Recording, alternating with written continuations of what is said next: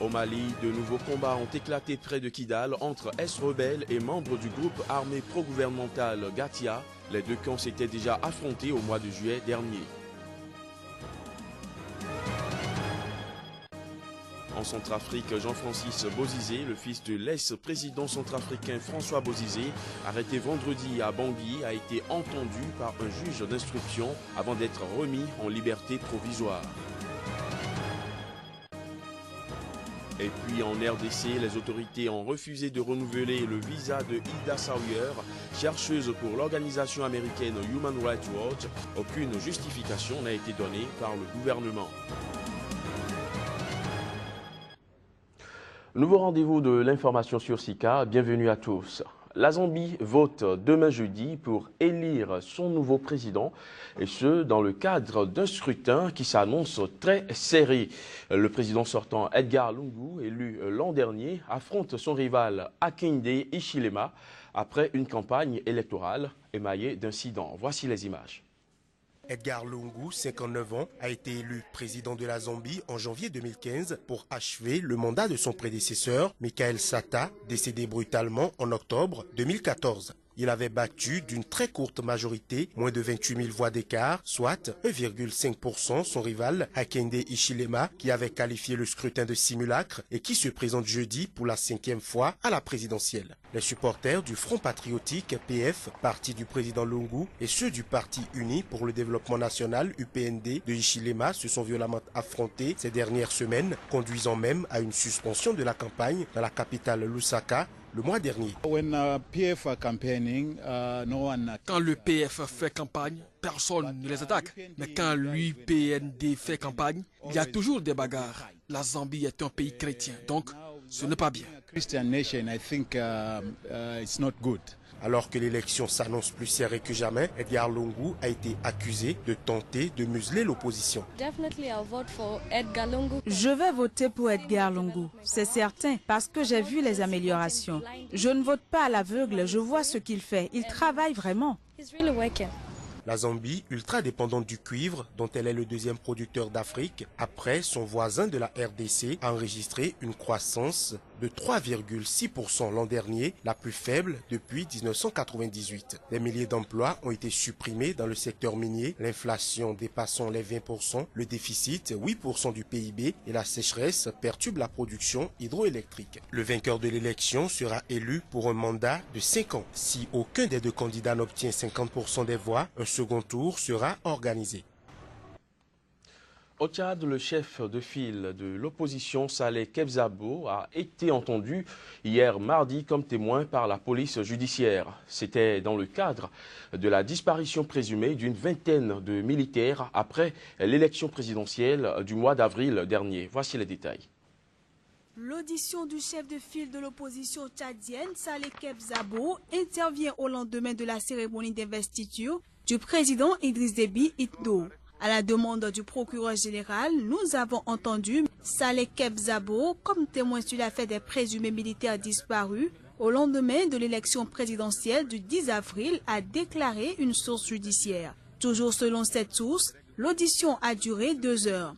Pour rappel, fin avril, l'opposition avait dénoncé la disparition d'au moins 20 militaires qui auraient refusé de voter pour le président Idriss Déby Itno, candidat à un 5e mandat, et dont certains auraient été arrêtés et emprisonnés. Suite à cela, une enquête sur la disparition a été ouverte mi-mai par le parquet de N'Djamena après que la France et les ONG Amnesty International et la Ligue tchadienne des droits de l'homme eurent demandé aux autorités de faire toute la lumière sur cette mystérieuse affaire. Certains médias nationaux faisaient alors état de 40 à 60 membres des forces de défense et de sécurité portés disparus. Il faut dire que la levée de l'immunité parlementaire de Saleh Kebzabo et Galing Gotegata la semaine dernière a été autorisée par l'Assemblée nationale afin qu'ils soient entendus dans cette affaire. En bref, en Centrafrique, Jean-Francis Bozizé, fils de l'ancien président François Bozizé, arrêté vendredi dernier, a été entendu hier par un juge d'instruction avant d'être remis en liberté provisoire. Alors qu'il fut ministre de la Défense de son père jusqu'à fin 2012, Jean-Francis Bozizé est accusé de détournement de deniers publics lorsqu'il était aux affaires, mais aussi de complicité dans les exactions, tortures et assassinats commises par les milices chrétiennes anti-Balaka, réputées proches de son père. Âgé d'une quarantaine d'années, Jean-Francis Bozizé était arrivé le 3 août dernier à Bangui, en provenance de Nairobi, et s'est présenté de lui-même vendredi dernier à la mission des Nations Unies pour la Centrafrique. Au Togo, le parti Obut, organisation pour bâtir dans l'Union un Togo solidaire, a célébré ses 8 années d'existence. Une occasion pour le président de cette formation politique de se prononcer sur les derniers développements de l'actualité au Togo. Obut, il faut le rappeler, est un parti politique de l'opposition fondé par l'ancien Premier ministre Gabriel Kodjo Agbeyome. Ferdinand Gadé. En 2 as se résume la sortie médiatique marquant la célébration du 8e anniversaire du parti politique de l'opposition togolaise, organisation pour bâtir dans l'Union un Togo solidaire au but de l'ancien Premier ministre Gabriel Kodjo Agbeyome. D'abord, un bilan sommaire. Notre formation politique au but a en toute humilité suscité la création du collectif pour la vérité des urnes et des comptes publics, qui contribua par ses premières publications à l'éveil d'une conscience citoyenne. S'agissant du scrutin présidentiel de 2015, notre formation politique avait préconisé l'élaboration du programme commun préalablement à la désignation du candidat unique de l'opposition. Elle ne fut pas entendue. S'agissant des réformes politiques et institutionnelles, notre formation politique exhorta vainement l'opposition parlementaire à accepter le principe de la candidature de Fogna Singbe pour un seul et dernier mandat. La position de Obut par rapport aux dernières actualités du pays. Ce que ADI et ANC veulent faire au niveau de l'Assemblée, c'est un sous-ensemble de ce que nous avons arrêté au niveau de HCOL. Nous avons exhorté le pouvoir à sortir vite de la commission. Ça va au-delà. Les problèmes de chefferie, les problèmes de foncier, modernisation du foncier. Créé le 2 août 2008, le parti Obut se veut une formation politique de l'opposition modérée, selon le président national du parti, Gabriel Kodjo Agbeyome. Au Mali, de nouveaux combats ont éclaté hier près de Kidal entre ex-rebelles de la coordination des mouvements de l'Azawad à dominante Touareg et des membres du groupe armé pro-gouvernemental Gatia, malgré les garanties données par la MINUSMA. Le 31 juillet dernier, la MINUSMA avait en effet annoncé avoir mis en place un dispositif d'interposition pour éviter des combats à Kidal. Aucun bilan des affrontements n'est pour l'instant disponible, mais il faut préciser que les deux camps s'étaient affrontés les 21 et 22 juillet dans Kidal à l'arme lourde, puis le 30 juillet à une quarantaine de kilomètres à l'est de la ville, selon plusieurs sources. Dans un communiqué, le Gatia a accusé une composante de la CMA d'avoir attaqué en premier ses positions.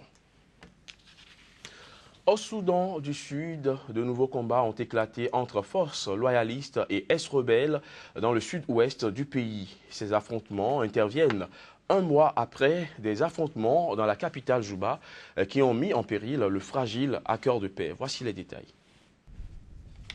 Les combats ont éclaté non loin des frontières ougandaises et congolaises. Ils surviennent alors que le pays a encore du mal à se remettre des affrontements qui avaient opposé un mois plus tôt des forces loyalistes et ex-rebelles sud-soudanais dans la capitale Juba.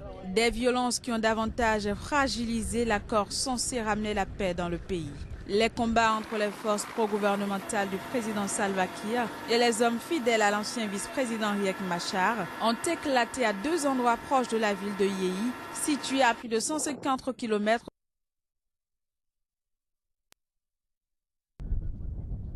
Au sud de Yeyi, situé le long de Kaya Highway, un axe routier important pour l'approvisionnement du Soudan du Sud menant vers l'Ouganda. Notons qu'au cours de ces dernières semaines, après les combats de Juba, d'autres accrochages ont été rapportés entre loyalistes et ex-rebelles non loin de la capitale. Toutefois, peu de détails ont filtré en raison de la situation sécuritaire sur le territoire sud-soudanais. En République démocratique du Congo, l'ONU a invité les responsables politiques au consensus sur le processus électoral dans le pays à 4 mois de l'échéance du mandat du président Kabila. Ce consensus politique permettra à l'ONU de déterminer le niveau, le rythme et la séquence de son accompagnement au processus électoral en République démocratique du Congo. Le climat politique en RDC, il faut le précisé, s'est crispé chaque jour davantage à mesure qu'approche la fin du mandat du président Joseph Kabila. Une fin de mandat fixée pour le 20 décembre prochain. Restons en République démocratique du Congo pour dire que les autorités congolaises ont refusé de renouveler le visa de Ida Sawyer, chercheuse pour l'organisation américaine Human Rights Watch. La Direction générale des migrations n'a donné aucune raison valable pour justifier son acte. Il faut dire que Ida Sawyer a mené depuis 2008 des recherches en République démocratique du Congo et dans les États voisins où sévit l'armée de résistance du Seigneur, une sanglante rébellion ougandaise. L'ONG accuse les autorités congolaises d'empêcher Ida Sawyer de poursuivre son travail, de vouloir enfermer des militants congolais et de forcer les observateurs de droits humains internationaux à quitter le pays. Voilà, nous mettons en place pour l'instant, nous mettons en place tout de suite la revue de presse. Kadiovia Métorno, bonjour. Bonjour à vous Emmanuel Crépi et bonjour également à nos amis téléspectateurs friands de cette page revue de presse. Alors, nous démarrons la revue de ce matin par le Bénin. Tout à fait, avec le quotidien La Nation, qui est donc un quotidien du service public La Nation, qui met donc en manchette Assemblée nationale, la session extraordinaire ouverte, les travaux effectifs jeudi prochain.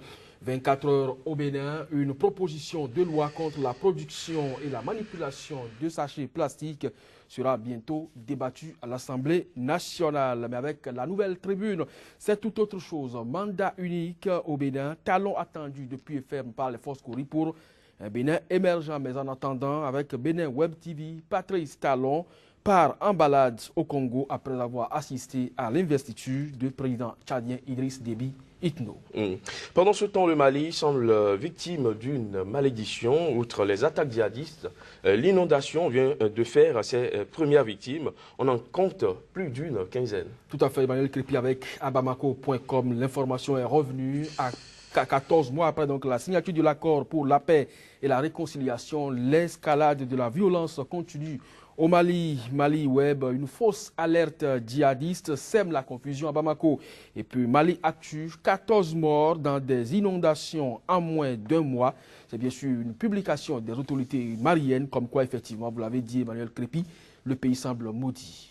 Alors, en Centrafrique, nous l'avons dit tantôt dans cette édition, le fils de François Bozizé est remis en liberté. Son arrestation quelques jours plus tôt a suscité beaucoup de commentaires relevant parfois de l'implication personnelle de Faustin Touadéra. Oui, avec la nouvelle Centrafrique, affaire Francis Bozizé, révélation sur l'implication de Faustin Archange Touadéra, qui est d'ailleurs le président de la République centrafricaine. Journal de Bangui, Centrafrique, le cas Jean-Francis Bozizé, une épine dans le talon de Touadéra. Et puis Centrafrique Presse effectivement nous informe que le fils Bozizé a été remis en liberté, mais cette fois de façon provisoire. Merci Kadiovia Métorno d'être passé pour la revue des titres des journaux, des tabloïds sur le continent africain. On vous retrouve certainement demain pour d'autres informations. Par la grâce de Dieu. Mesdames, Messieurs, ce sera tout pour cette édition. Merci de l'avoir suivi.